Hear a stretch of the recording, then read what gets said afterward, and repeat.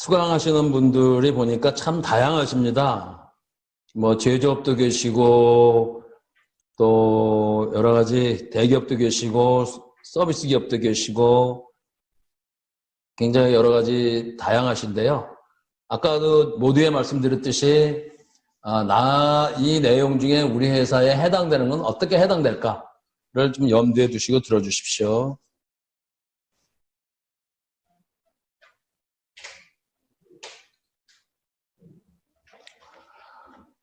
자, 시작을 하겠습니다. 특히 이제 제가 옥타 자문위원이라 했지 않습니까?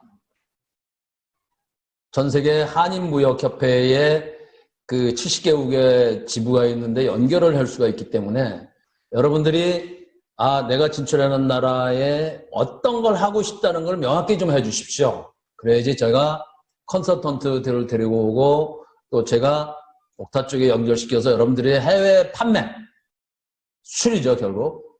그쪽을 연결시켜 드릴 수가 있고 지원할 수가 있습니다. 그러니까 다시 한번 부탁드리면 어느 나라에 뭐를 어떻게 하고 싶다는 걸 구체적으로 얘기해 주십시오. 그래서 컨설팅과 더불어서 판매나 수출 쪽에 제가 지원을 해드리도록 해보겠습니다. 시작하기 전에 좀 몇 가지 말씀을 또 드리고 하겠습니다.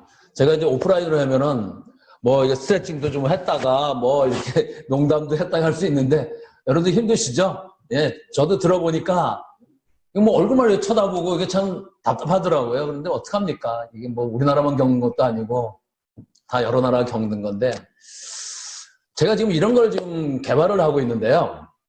정부 지원을 받았습니다. 예를 들면 아까 이제 뭐 CPTPB든지 여러 개 있다 그랬지 않습니까? 지금 오늘 이번에 나오는 건데요. 그럴 때 그 여러 나라에 대해서 공통적인 교육을 할 때 어떻게 할 건가? 그냥 단순한 온라인만 갖고는 안 되겠더라고요. 그래서 예를 들면 블렌드 러닝 개념을 차입을 해서 이러닝으로 해야 되겠죠, 당연히. 그리고 여기다 이제 교재가 있어야 되겠습니다. 교재. 이런 베트남에 했는데 한 100개 대학이 들어왔다. 그럼 교재 없이 어떻게 되겠습니까? 그리고 반드시 튜터가 있어야 돼요, 튜터. 튜터는 뭐냐? 제가 교육을 해보니까 온라인도 많이 해봤거든요, 제가. 질문이 들어오는데 제가 답을 못 하겠어요. 예를 들면은 아이템별로, 나라별로 막 들어오는데 제가 그걸 다 할 수가 없지 않습니까? 그래서 아까 제가 한 50명 양성했다 그랬지 않습니까? 이 사람들이 튜터 역할을 해요. 그리고 모바일로도 많이 옵니다, 모바일로도. 그러니까 다시 말씀드리면 온라인, 오프라인, 모바일, 튜터가 결합된 것이 블렌디드 러닝입니다. 개념인데 이거를 제가 할 수가 없어가지고 정부한테 지원 요청을 했던 거죠. 그래서 아까 말씀드린 CPTP 같은 데 중소 강의를 하려면은 어떻게 할까 그래서 지금 그런 점을 만들고 있는데요. 예를 들면 여러분들 수출을 하실 때도 그 여러 나라에 어떻게 할 건가 라는 거를 여기다 질문을 해 주십시오. 예를 들면은 난 아세안 쪽에 난 CPTP에 들어가고 싶다고 어떻게 할 거냐? 그런 거를 정확히 우리 회사는 이렇게 하고 싶다 라고 얘기해 주시면 저희가 한번 고민을 컨설턴트 데려오고 나중에 이제 그 세미나 1대1로 면담할 때 저희가 명확하게 해 주시면 그에 초점을 맞춰 가지고 해 드리겠습니다. 자, 시작을 하겠습니다. 근데 세계는 지금 FDA 전쟁 중인데 제가 이 장표를 보시면 뭐 여러 가지 FDA가 많습니다. 지금도 계속 늘어나고 있습니다. 그러다 보니 스파게티볼 효과가 엄청난 겁니다. 따라서 많은 나라들이 다자 FDA를 하고 있습니다. 이렇게. 예를 들면은 여기 우리 계신 선생님들과 제가 개인적으로 FDA를 한다면은 많을 겁니다. 여러 FDA가 많은데 한꺼번에 해보자 이거죠. 그러면은 하나만 되지 않습니까? 하나만요. 그래서 경제 블록별 FTA가 대세다. 무역협회는 아주 점잖게 블록별로 FTA가 대세라는데 사실은 이게 다자 FTA거든요. 정식 용어로는요. 태평양 지역도 그렇고 중남미, 러시아, 중국도 이렇습니다. 특히 여기 보니까 우즈베키스탄 뭐 이런 데도 관심 많으신 분들 계시더라고요. 베트남, 우즈베키스탄. 그분은 뭐 누구시라고 제가 여기서는 호명을 좀 못하겠습니다만은 오른쪽에 러시아 EAU를 바라보십시오. EAU는 러시아, 벨라루스, 아르메니아, 카자흐스탄, 키르기스탄 이 5나라가 지금 하는 다자 FTA입니다. 여기에 타지키스탄하고 투르크메니스탄이 들어올 거거든요. EAU하고 1차로 FTA인 나라가 베트남입니다. 베트남이에요. 그래서 베트남하고 EAU는 지금 밀접하게 FTA를 하고 있습니다. 따라서 베트남의 진출을 잘 하시면 EAU에 들어갈 수 있는 길이 굉장히 열려요. 저 나라들에. 한국은 EAU하고 협상을 하고 있습니다. 근데 지금 늦어지고 있어서 러시아하고요. 서비스 협상을 동시에 하고 있습니다. 따라서 여기에 지금 많은 분들이 뭐 금융도 있고 여러 가지 서비스 분야가 많으신데 교육도 있고요. 뭐 보험도 있고 여러 가지 많으신데 저쪽에 들어가시려면 EAU하고 우리가 협상을 하니까 이건 시간이 걸릴 것 같고 그래서 러시아하고 서비스 협상을 우리가 동시에 하고 있다. 근데 베트남은 EAU에 이미 돼 있습니다. 그럼 베트남을 통해서 EAU 들어가실 길이 여러 가지 열리는 거죠. 따라서 FTA를 하시면 굉장히 여러 가지 할 수 있는 게 너무 많습니다. 자, 여기서는요. 다자 FTA가 이렇게 많이 되고 있다. 왜? 개별 FTA를 대응하려니까 스파게티볼 효과가 너무 큰 거예요. 그래서 이렇게 다자 FTA를 하고 있다는 걸 말씀을 드리고요. 한국은 얼마나 많은 FTA를 하고 있는지, 다자 FTA. 왼쪽에 보시면 한중일 FTA가 진행 중인데 아마도 내년이면 타결이 될 것 같습니다. 내년이면요. 굉장히 중요한 내용을 말씀드리니까 잘 들어주십시오. 그 다음에 맨 밑에 보면 RCEP이라고 있습니다. 여기 16나라인데요. 한중일 3나라, 아세안 10나라, 호주, 뉴질랜드, 인도 16나라입니다. 이게 이미 타결이 됐어요. 그런데 인도가 중국하고 분쟁하는 바람에 인도가 아직 안 들어왔어요. 사인을 안 했어요. 그런데 들어올 겁니다. 왜냐하면은 한 10여 년 동안 인도가 같이 협상을 했거든요. 근데 최근에 와서 중국하고 사이가 나빠져가지고 아직 사인을 안 했어요. RCEP이 16나라고요. 오른쪽 밑에 보시면 TPP가 미국이 빠져나가서 CPTP를 했지 않습니까? 근데 여기에 한국뿐만 아니라 여러 나라가 들어가려고 그러겠어요. 한국뿐만 아니라 심지어 중국도 들어갈까? 미국이 빠져나갔으니까 그런 얘기고요. 영국이 EU에서 빠져나오면서 여기 들어가려고 해요. CPTPP에. 대만 목을 메고 있습니다. 지금. 목을 메고 있어요. 여기 들어가자고. 인니, 태국, 필리핀, 코스타리카 등이 지금 CPTP에 들어가려고 그러고 있습니다. 의외로 영국이 여기 들어오려고 해요. EU에서 빠져나오면서요. 그리고 대만은 목을 메고 있고요. 그 다음에 아까 FTAP이라고 또 있습니다. FTAAP인데 이거는 FTA of Asia Pacific. 즉 다시 말씀드리면 EU 아시아 태평양 지역에 APEC 21나라가 FTA를 하는 겁니다. 그래서 FTAP은 지금 협상을 시작한 지 얼마 안 됐습니다. 근데 만약 이것이 타결이 된다면 세계에서 최고 큰 FTA가 될 수 있죠. 굉장히 큰 겁니다. 근데요, 요 지금 한중일 FTA, RCEP, CPTPP, FTAP은 한국이 자천이든 타천까지 들어갈 다자 FTA입니다. 그런데 재밌는 거 하나 말씀드리겠습니다.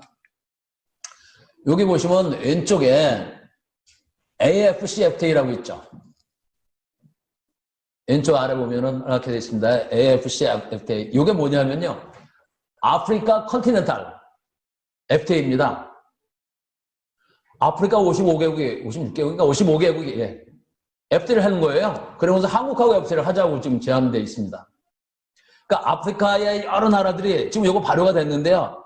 55개국인가는 다 안 들어왔어요. 53개국인가 52개국 들어왔는데 이게 전체 하나의 FTA로 지금 통일이 되면서 자, 이제 미국, 유럽하고 하기는 좀 힘들고요. 중국하고 하려니 중국이 너무 아프리카에서 인기가 없습니다, 사실은. 지원은 많이 해주는데 자기들 거 많이 챙기기 때문에. 그리고 일본하고 너무 차이가 나서 중간에 한국은 그래도 양심적이고 자기들하고 이렇게 코레스가 될 것 같으니까 AFCFTA가 한국하고 했으면 한다는 게 있습니다. 여기 우리가 빨리 이 시장 들어가야 돼요, 사실은. 이렇듯이 한중일이 한중일뿐만 아니라 알셉, CPTPP, 에프타. 한국이 자처이든 타처이든 간에 자의적인 타의적인 이렇게 다자 FTA를 하고 있는데 아까 말씀드린 한중일은 내년쯤 타결될 거고 알셉은 이미 타결이 됐고 CPTPP는 발효가 됐어요. 한국이 안 들어가서 그렇지. 에프타하고 이제 협상 중인데. 자, 그러면 어떤 일이 벌어지는데 지금부터 너무 중요한 걸 말씀드리니까 들어보십시오. 한중일이 됐든 알셉이 됐든 간에 알셉을 한번 가정하겠습니다. 알셉은 중국이 들어오면은 16개국에 36억 시장입니다. 여기서 이런 일이 벌어집니다. 이 다자 FTA 분야에서 정도는 좀 있을 겁니다. 한중일 FTA하고 알셉하고 CPTP, 에프타하고 좀 정도는 있을까? 왜 후진국이 들어오고 막 그러니까. 근데 이런 일은 공통적으로 벌어질 겁니다. 예를 들어 알셉을 말씀드리겠습니다. 제가 이 제품을 알셉에 수출한다면 15나라에 수출합니다. 15나라에 제가 이걸 수출하려면 15번 협상을 해야 됩니다. 나라가 다 틀리니까요. 15번 협상을 해가지고요. 그 15나라에 맞게 제가 협상하고 타결이 되면 거기에 맞게 법과 인허가에 맞게 설계하고 디자인해서 따로따로 구매를 해야 되겠죠. 그래서 생산을 따로따로 하고 15나라에 맞게 수출을 하고 협상을 해서 통과도 15번 해야 되겠죠. 당연히. 그리고 물류 창고가 15나라 있어가지고 뭐 AS도 15, 뭐 따로따로 해야 되겠죠. 지금까지 이렇게 해왔습니다. 그런데 알셉으로 통일이 됐다. 자, 여기서 굉장히 중요한 일이 벌어집니다. 잘 보십시오. 제가 이 이제 알셉 협상문에 이 포인트는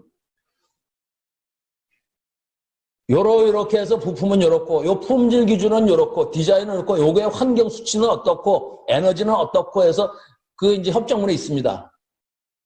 이거를 한국을 비롯해서 16나라가 사인을 한 거예요. 그럼 어떤 일이 벌어졌냐면요.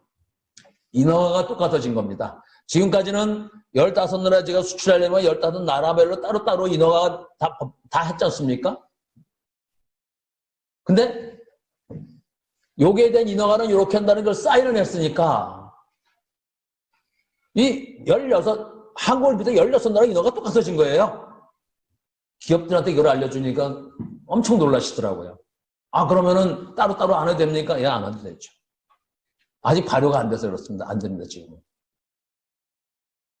왜냐하면 규범이 똑같아지니까 앞으로 여기에 대한 인허가가 인증은 이렇게 한다고 하고 이런데 다 사인했지 않습니까? 그러니까 인허가가 다만 이럴 수 있습니다. 이 알셉에 정한 인허가가 요 수준이냐면요. 요거보다 낮출 수는 있어요. 아예 없어진 나라별로. 근데 이거보다 올릴 수는 없습니다. 합의를 봤으니까. 굉장히 중요한 내용이죠. 그 다음에 예를 들면 분쟁이 일어났다. 그러면 나라별로 여타가 된 대응하느라고 힘들었는데 이제는 분쟁 스케일이 똑같은 거예요. 프로세스가. 여기에 대한 분쟁은 이렇게 해결한다. 뭐 이렇게 돼 있으니까. 더 중요한 걸 말씀드리겠습니다. 이제 이거에 대해서요. 15나라를 따로따로 저희가 설계 디자인해서 구매해서 생산해서 따로따로 협상해서 수출했지 않습니까? 이제요. 요거에 대한 건 똑같아졌으니까 생산 요소가 표준화됐다고 보시면 됩니다. 너무너무 중요한 거죠. 나라별로 할 필요가 없죠. 다만 생산 요소 표준화됐다. 이걸 만들기 위해서 소재는 여러 가지 있을 수 있잖아요. 소재가 통일된 건 아닙니다. 소재는 어떻든 간에 요 품질 기준, 요 기준에 맞추면 되잖아요. 결국 요거를 조립하기 위한 최종 조건은 다 똑같아야 되는 거죠. 이것만 해도 엄청난 거죠. 너무 중요한 겁니다, 이 내용이.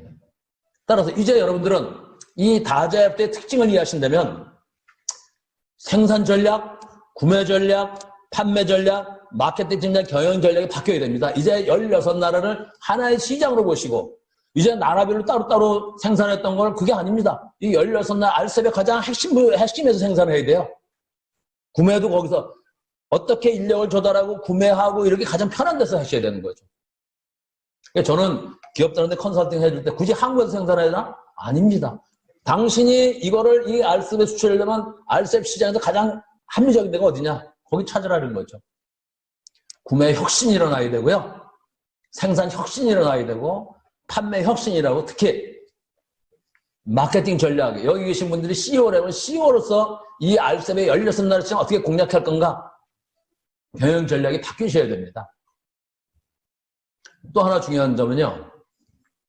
여기에 한국이 들어갔다는 겁니다. 최초의 다자협대 시장에 들어갔기 때문에 이제 국내외 시장 구분은 의미가 없어진 겁니다. 반드시 다 100% 그런 건 아니고요. 일단 RCEP에 대해서는 우리나라도 똑같이 들어갔으니까 똑같은 기준이 적용될 거 아닙니까? 그런데 RCEP에 들어가서 그렇게 하면서 나는 내수 산업이니까 뭐 수출하고 관계없어. 이건 말이 안 되죠.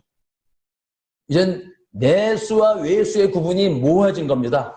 따라서 아무리 나는 뭐 국내 산업인데 이제는 점점 이런 다자협대를 활성화되면서 그 의미는 없어진 겁니다. 정리해보면요. 다자협대 시작됨으로써 국내의 구분이 없어졌고요. 이제 시장 개념이 넓어진 시장을 어떻게 할 건가, 활용할 건가를 활용하셔야 됩니다.